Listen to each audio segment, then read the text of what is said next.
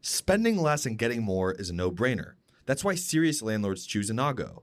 Forget the myth that free software means weak features. Inago delivers everything. Tenant screening, lease signing, rent collection, and more. For free.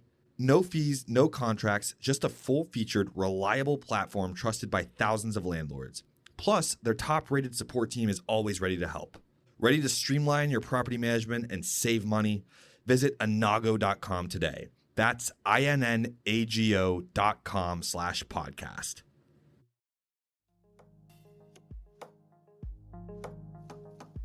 What's going on, everybody? Welcome to the Rentish Podcast. My name is Zach, and I'm here with my co-host, Patrick. What up? We are your hosts for this podcast that is called the Rentish Podcast. It's about rental properties and hosted by two guys that work in the real estate industry, and we kind of know what we're talking about.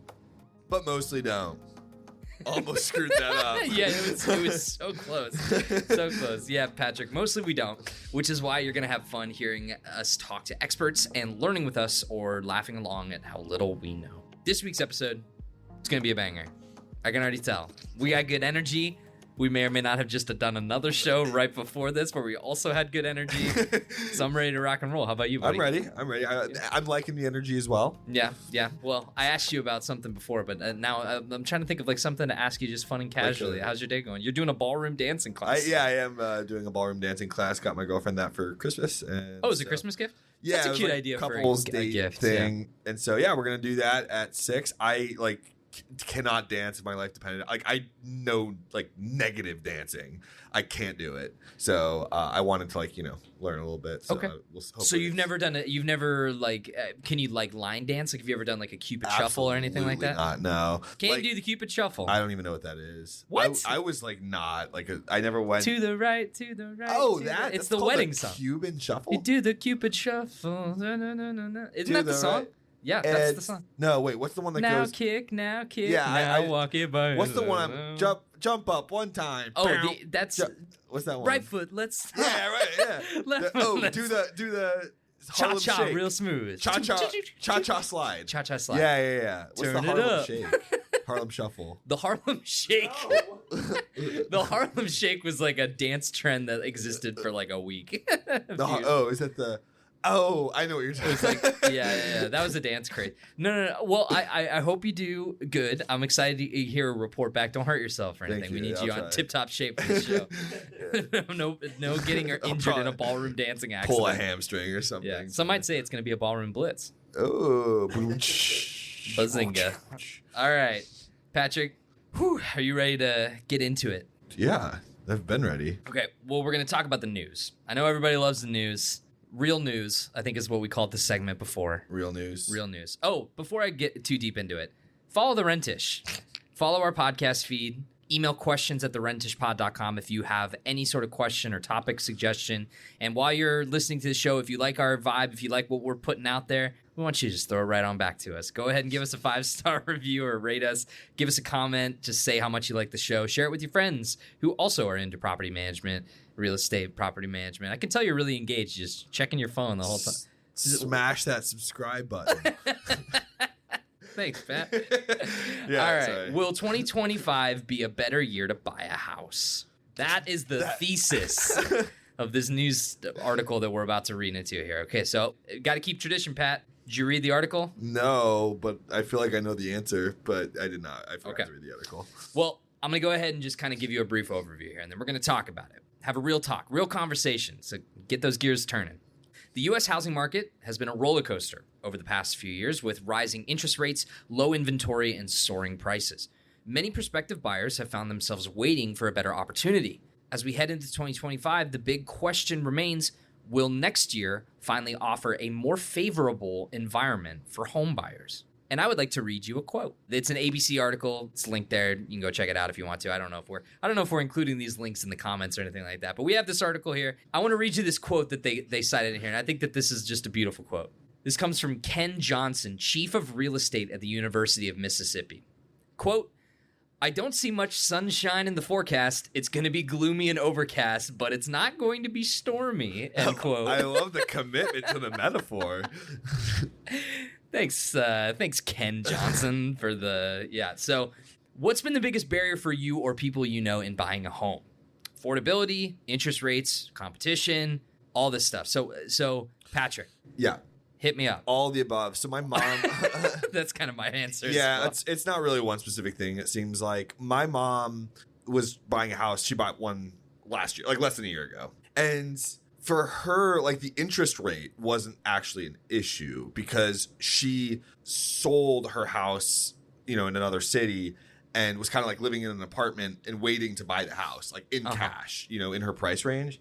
And just the competition, the prices as a result of like it not really being a buyer's market right now, like those two things specifically made it so hard for her to find a house. It took forever. And then as soon as one popped on the market, she had to act like basically within hours. It's just kind of like a crazy market right now. And that's as somebody who didn't even need to get like a mortgage. Right. Yeah. Yeah, I totally agree. I think that it's a combination of all three and all three at different times. And, it's kind of it's just like pick your poison. Which one's going to kind of be like hitting the worst at that particular moment? It's like, yeah, I've looked at a lot of houses in the past, but like kind of just lost out because other people just jump in there and it's competitive and they throw out all these crazy numbers for offers and you're just left feeling defeated at the end of the process. It's like, well, why even try? Offers like what, like 65 grand more than the, listing price and stuff. Totally. Yeah. Yeah, it's crazy. But so according to the article, I'm going to break down a couple of the different things that they talk about. You feel free to jump in if you have anything that you want to chime in with, Patrick, here. As somebody who didn't read the article. As someone that didn't read the article. But you're going to listen to me read the article and you can generate thoughts in your brain. You know what I mean? Mortgage rates and affordability. So rate trends. Mortgage rates climbed past 7% in 2024, making home ownership significantly more expensive. Experts predict that rates could stabilize or slightly decrease in 2025, offering some relief. Do you believe that? I mean, the saying experts predict rates could stabilize or slightly decrease doesn't... I'm not convinced, but whatever the experts say. I mean... I guess that's why they're the experts. Affordability gap. Despite potential rate drops, home prices remain high. Buyers are still spending an average of 35% of their monthly income on mortgage payments, well above the historical norm of 25%. Yeah, that sounds about right. Yeah. That's a big percentage. Yeah, it's too high in my opinion. A historical norm of 25% feels like, prices increase, but like that's crazy. That's a crazy increase. 10% increase. 10% increase for something that's so substantial. That's part of your, 35% of your monthly income. It's crazy. A typical $400,000 home with a 7% interest rate results in a $2,660 monthly payment, down from earlier this year, but still far higher than in pre-pandemic years. Yeah, I mean, I think a lot of people are probably going to want to go to like kind of how things were pre-pandemic and how they, I don't know. Maybe a slight decrease if the experts say so, but I don't really see us in 2025. Experts can say whatever they want. I want to go back. Yeah. I want to go back to the pre-pandemic. The MCU was still good. We had all our hopes and dreams of the Batman trilogy coming out. I could go on. Housing inventory and construction. Limited supply. A persistent lack of homes for sale continues to drive prices up. Builders are ramping up construction, but delays in permits and labor shortages mean supply will likely remain tight through early 2025. So, basic supply. There's more demand than supply. We learned about that in economics. Right. Remember high school economics? Yeah. Supply and demand. Right. I think I learned that in like third grade history. Third grade? Yeah, supply and demand. I didn't take a high school economics class, but I remember like supply and demand and, learning that from a, early age. I don't remember learning that early. Maybe it was like fourth grade. What? Okay, so limited supply. We got that. Yeah, and like things like BlackRock just like buying properties and renting them out. And just, I don't know if that's something we're allowed to complain about on this podcast, but we can complain about anything we want. It's the editor. They got to take it out if they want. Ginormous corporations buying single family homes. Totally. Yeah. That just grinds my gears. Grinds my gears too, buddy. Market impact. New home listings are projected to increase by only 3% next year, keeping competition high, especially in suburban and desirable metropolitan areas. So I guess I don't understand what the typical... So, like, obviously everything is projected to increase. The market always increases and never decreases, really. But so it's like new home listings are projected to increase only by 3%. So does that mean that typically it's only by like 1 or 2? Yeah, I was about to say, I want to know what the acceleration is. Right. Since 2019, since the pandemic, since COVID in 2020, you would have to imagine that whatever that number was, it drastically increased, like probably by like 10, 15% or something like that. And now it's stabilizing to like only 3%. But I want to know what it was like before. Yeah. That would be interesting. Okay, last little bit here. First-time home buyer challenges. So there's down payment hurdles. Saving for a down payment remains one of the biggest barriers for new buyers. The average down payment for first-time buyers is now over $30,000. That's a lot. Yeah. A lot of money. But as we've maybe discussed in past episodes, you might not need to do the typical like down payment amount. There might be certain circumstances, maybe that experts named Musset have told us about, where you're able to qualify for a lower down payment and kind of like get all the way down to 3%. I think 3%. I think was one of the stats. Not necessarily that that's going to be your situation. Yeah, or my it's not going to apply to situation, everybody. But yeah. Yeah, totally. Because there are incentive programs. Some states are introducing new incentives and assistance programs for first-time buyers, but demand often outpaces availability. Yep. Some examples. Federal programs. FHA loans continue to offer down payments as low as 3.5%, and VA loans provide 0 down payment options for veterans. So, cool there. Yep. Programs like California's Dream for All Shared Appreciation Loan offer down payment assistance. What a sentence. That's a mouthful. Woo!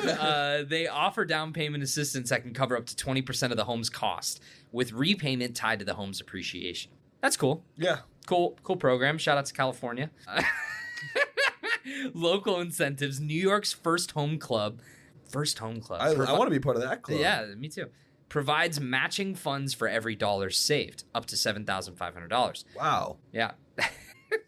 Texas also offers grants and low-interest loans through My First Texas Home program.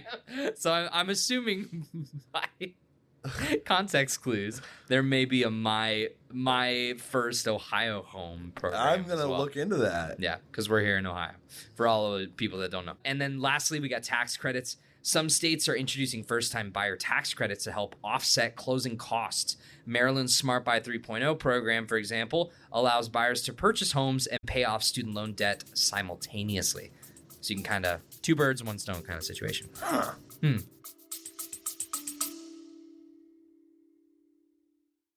Spending less and getting more is a no-brainer. That's why serious landlords choose Inago.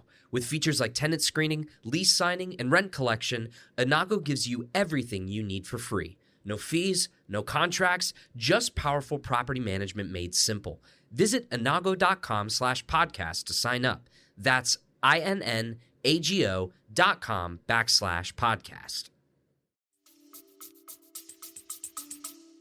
All that sound cool? Yeah. Yeah. No, that's cool. All incentive programs. Yeah. Again, check out what you're eligible for, right? If you're in the market for a new home, you want to consult with a professional, but also like look at all these different options that are available to you. Don't just go in blindly. If rates drop, do you think it will be enough to make buying a home more achievable for you?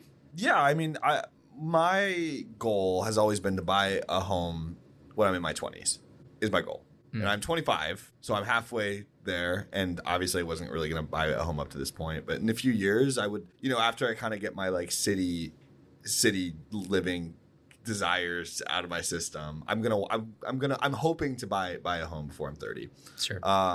Obviously, if things continue to get worse, we'll see how feasible that is. So I'm really hoping for the best. I'm hoping these experts are have the please experts. Yeah, please.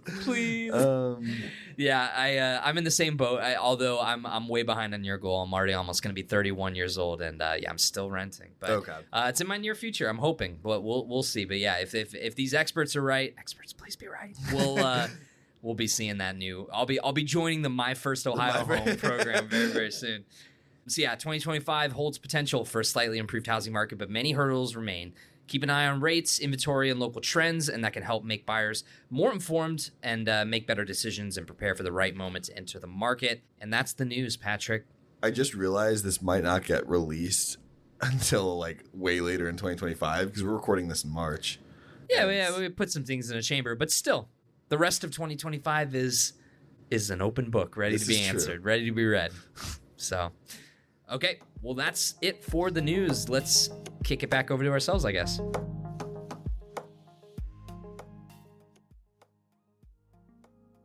Okay, Patrick, Proptology time. It's that time of the week again where we're going to talk about a famous historical or very interesting building for, whatever reasons we want, really.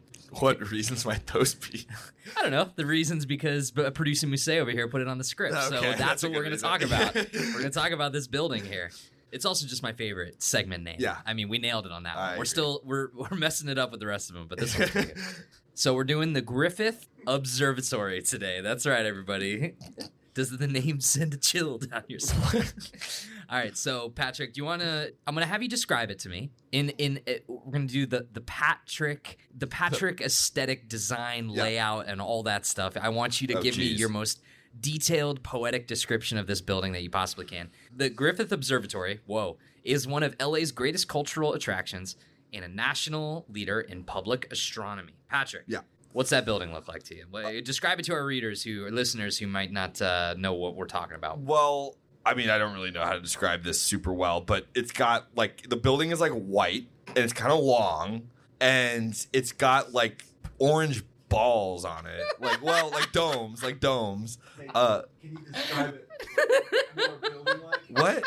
What do you mean building like? I'm doing a great job. So it's a white building that's kind of long and it's got orange domes on it. It's got two domes on the sides and then one big dome in the middle. So it's kind of the middle, the very middle of a menorah kind of. That's a decent description. That's a decent comp. Yeah, the three middle peg candles of the menorah, except instead of being candles, they're orange domes. I got you. Typically, observatories, they got the big rounded top and with the space for the telescope to go out. You know what I mean? Yeah. So, I don't know. That's an observatory. I don't know how I was supposed to explain that any better. I think you did a great job. We'll retool it. Yeah.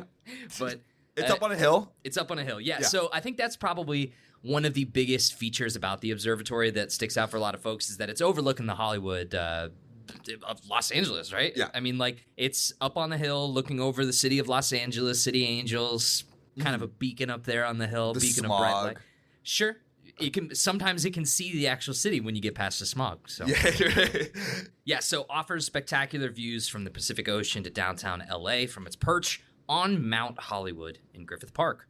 Mount Hollywood, Patrick, actually the name of the mountain with the Hollywood letters.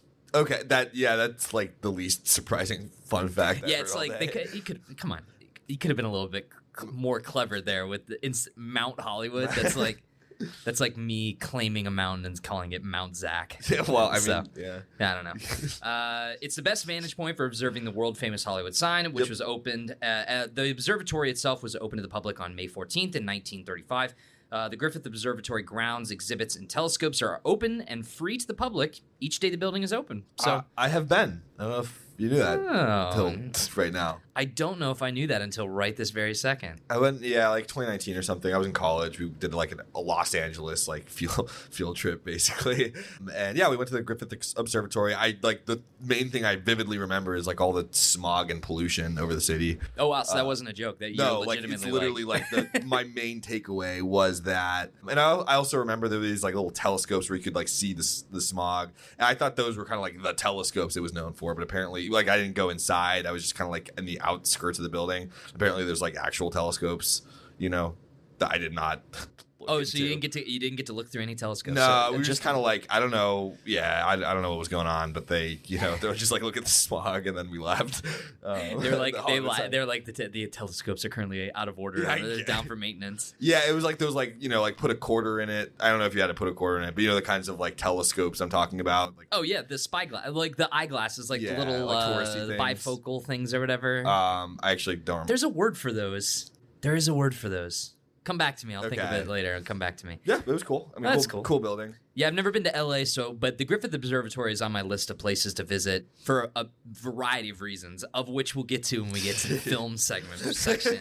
Some of the brief history about the Griffith Observatory. Great city needs a great park. This was a quote from Colonel Griffith J. Griffith. That's his name? Apparently that's his name. Griffith J. Griffith? Griffith J. Griffith. Wow, wowzers.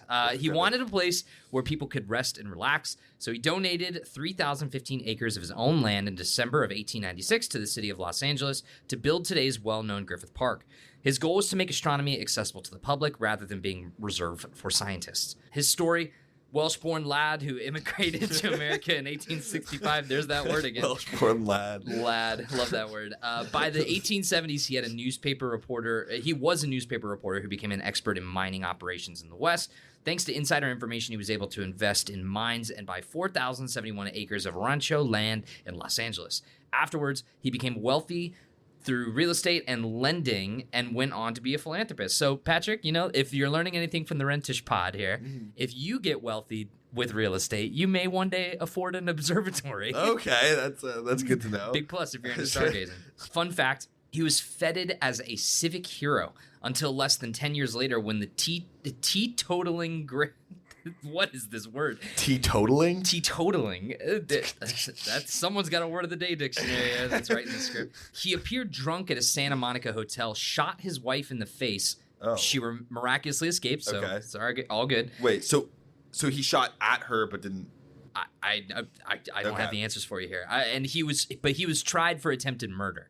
His defense was, quote, alcoholic insanity, end quote. Wound up paying a fine and spending 2 years in San Quentin. Really? Yeah, Just 2 really. years? Yeah, just 2 years. Okay. Times are different. Yeah. Times are different. So yeah, major attractions. You got the Zeiss telescopes. More than 7 million people have put an eye to the Griffith Observatory's original 12-inch Zeiss refracting telescope. So there's a lot of people out in the world that have been able to go and experience it. I would like to be on that list of people to go and do it because we got some movie stuff here, and we would be remiss if we didn't talk about movies, television, entertainment. That's with the Griffith Observatory. Yeah. I'm going to list a couple big ones here. Yeah.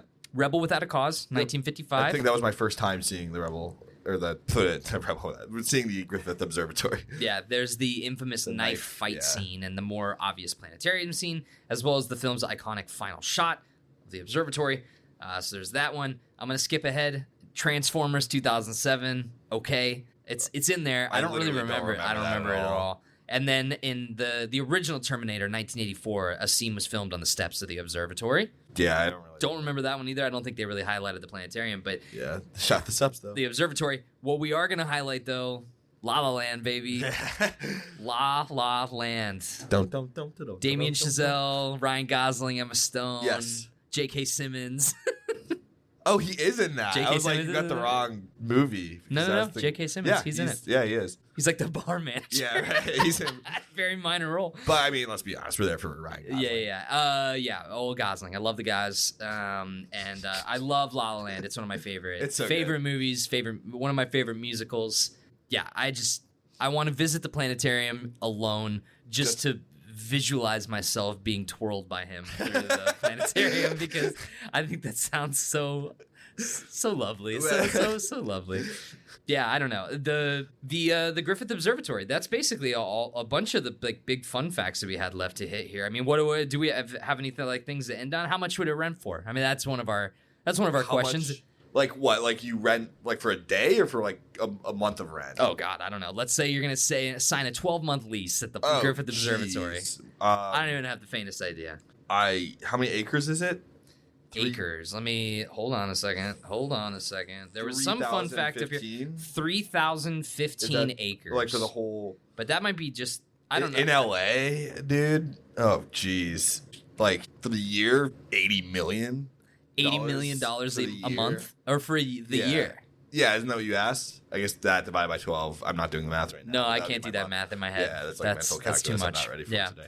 But yeah, I would say something. I don't know. I don't really have any basis for that though. Yeah, I mean, renting a room in the observatory would definitely be like I could see that being like maybe like $1 million a month, something like that. So apparently, there's an actual like. There's actual facts about this. Really? Instead of us just winging it. So you producer Musset, he gave me this. I will read it. This is according to the internet. Exterior events starting at $15,000 for a 12-hour period, and interior and exterior events at $20,000, plus staffing fees ranging from $3,000 to $6,000.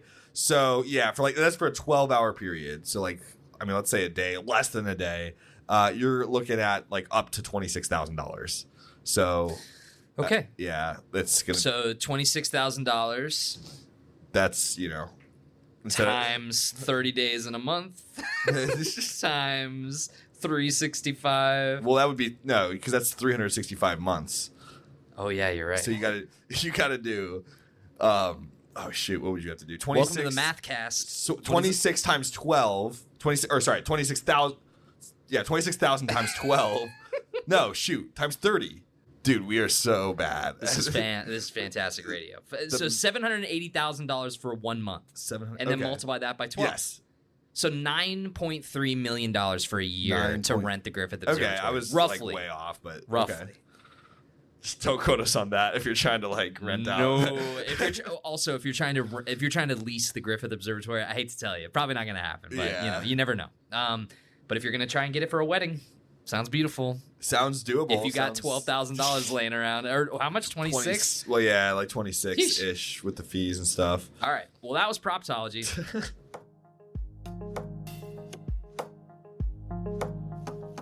We didn't really talk about who's going to host these segments. Yeah, so I can do this one. Yeah, you want to do this one? Yeah. This is called show planning, everybody out there. You do it live on the air. It always turns out great. So this is, This is what not to do, in case you were wondering. All right. So what are we going to talk about today? This is, what do we called this? Well, let's find out. Let me open the document and let's see. Oh, we're talking about Jerry Seinfeld's apartment outline. Boom, boom, boom, boom, boom. All right, let's do this. Introduction to the real estate. Oh, I'm not supposed to read that. Whoops. That's the okay. Cut that out, editor.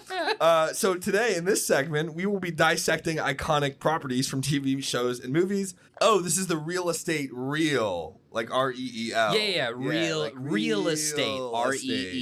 REEL estate. Yeah. So basically, we're talking about Jerry Seinfeld's apartment, a very iconic TV apartment, one of the most famous sitcom, like of all the famous sitcom apartments. It's definitely in the top 3. There's Lego sets for this thing. Yeah. So, yeah, it's pretty iconic. So, gonna explore a few things. Where is Jerry's apartment actually located? Upper West Side, right? Yeah, like they say that in the show over and over again. I've only seen sporadic episodes here and there. Are you kidding me? I haven't watched the show from start to finish. Like I've seen the Soup Nazi episode. I've seen the one where Kramer paints over the median on the road. Yeah. These pretzels are making me thirsty. Yeah. I haven't watched the show. Yeah, I probably shouldn't be leading the segment.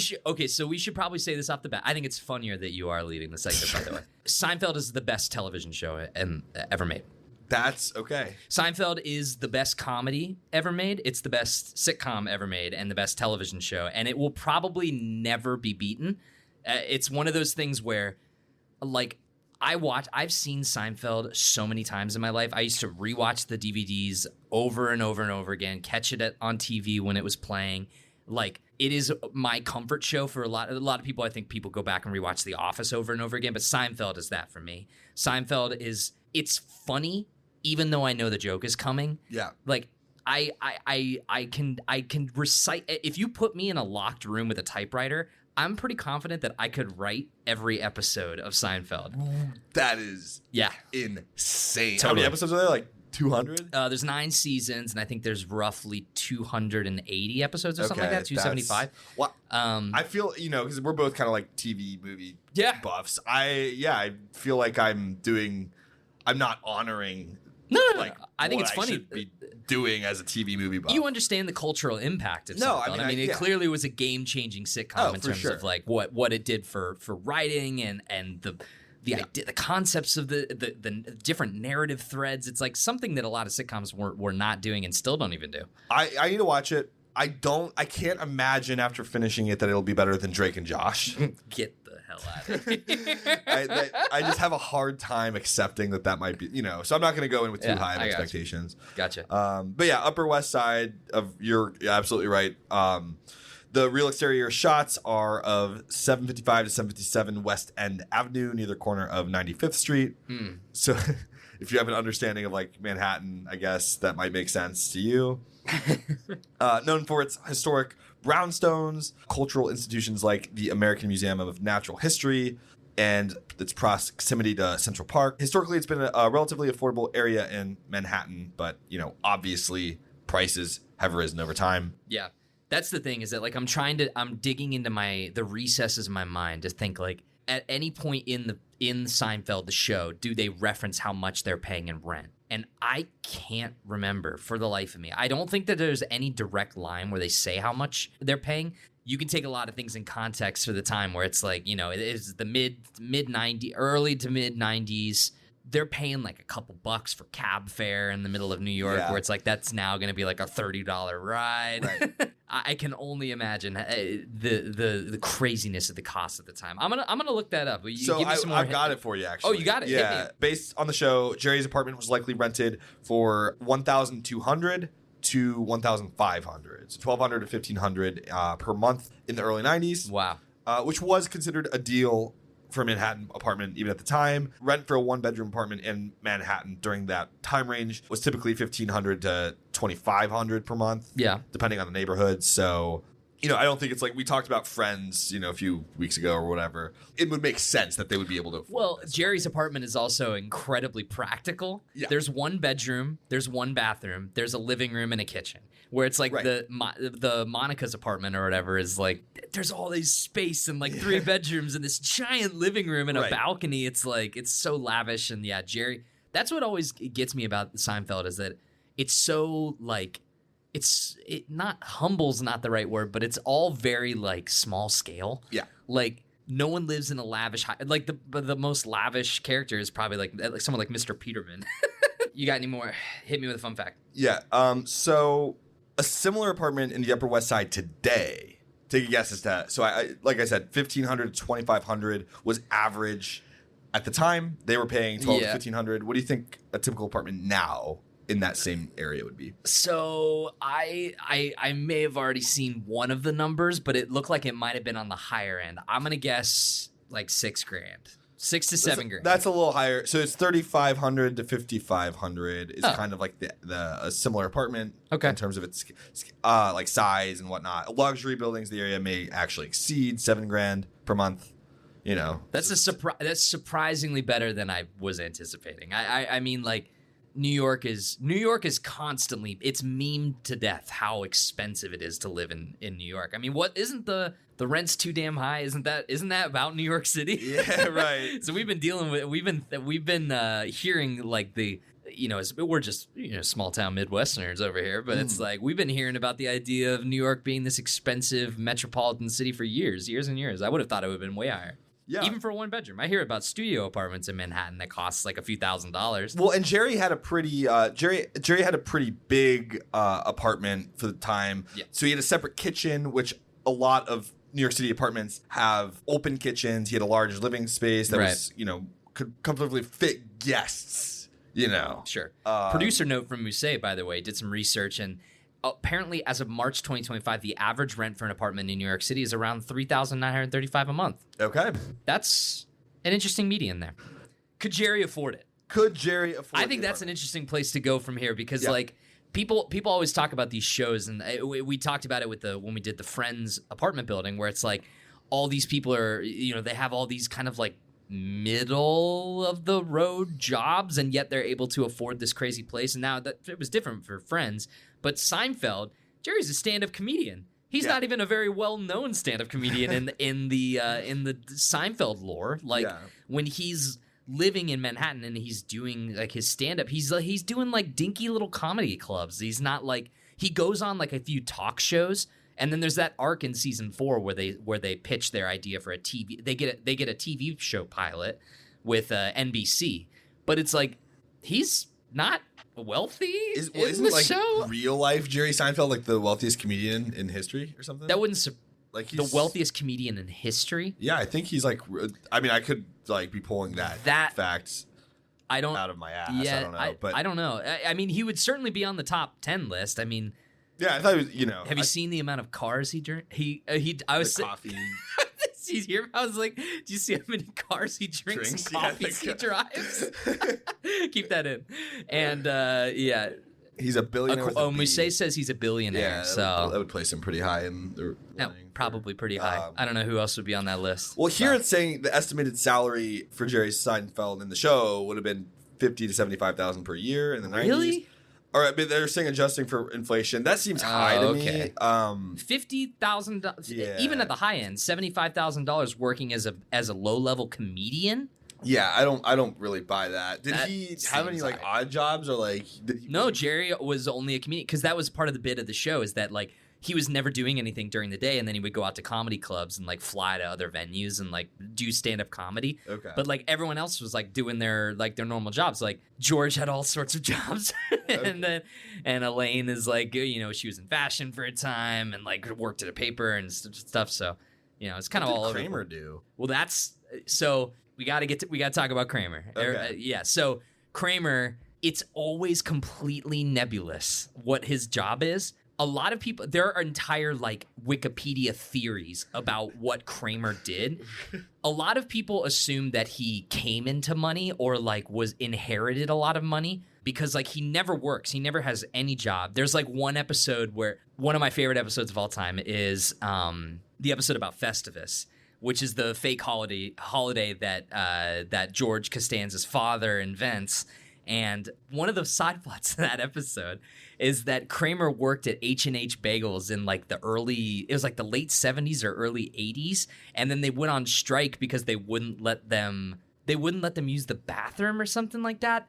And then like he stayed on strike until the 90s and then went back to work at his day job at H&H Bagels. Oh. And he works there for one day and then gets fired because he drops gum in a piece of dough.